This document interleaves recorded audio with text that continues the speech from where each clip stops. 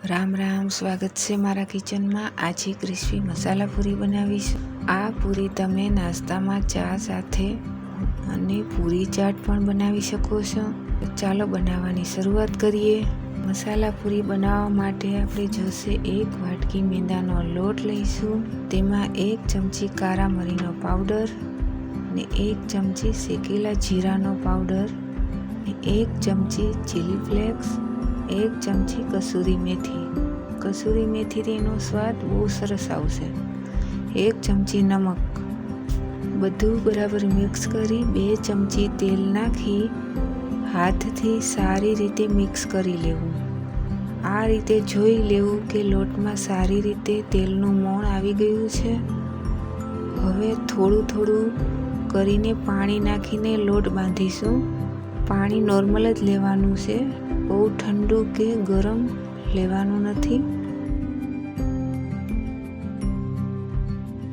હવે લોટ બંધાઈને તૈયાર છે। તેમાં તેલ લગાવીને ઢાંકીને 5 મિનિટ રેસ્ટ આપીશું।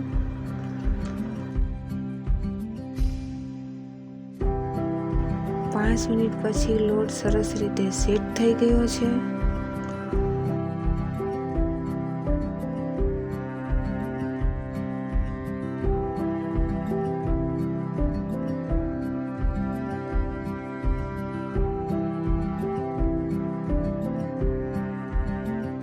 હવે લોટમાંથી નાના નાના ભાગ કરી લઈએ।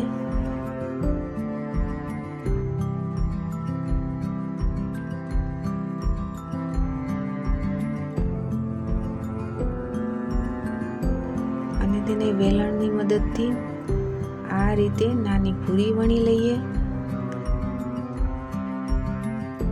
પૂરી બહુ જાડી નથી વણવાની, સાવ પતલી રાખવાની છે।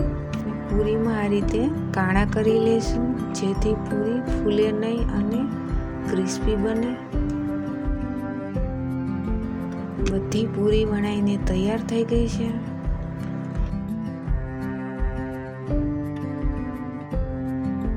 હવે ગેસ ચાલુ કરી કઢાઈમાં તેલ ગરમ કરવા રાખીશું।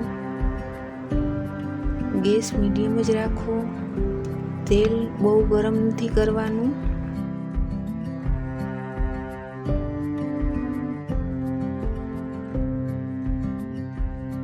ગોલ્ડન કલરની ક્રિસ્પી થાય એટલે કાઢી લેવાની છે।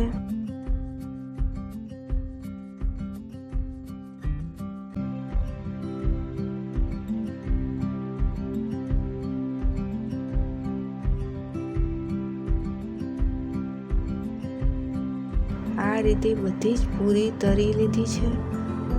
તમે જોઈ શકો છો કે કેટલી ક્રિસ્પી બને છે।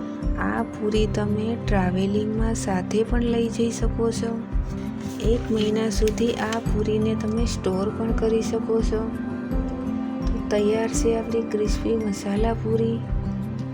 રેસીપી સારી લાગે તો ફ્રેન્ડ ફેમિલીમાં શેર કરજો, લાઈક કરજો, સબસ્ક્રાઈબ કરવાનું ભૂલતા નહીં। બેલ બટન જરૂર દબાવજો, જેથી કરીને મારી આવનારી રેસીપી સરળતાથી જોઈ શકો। Thank you.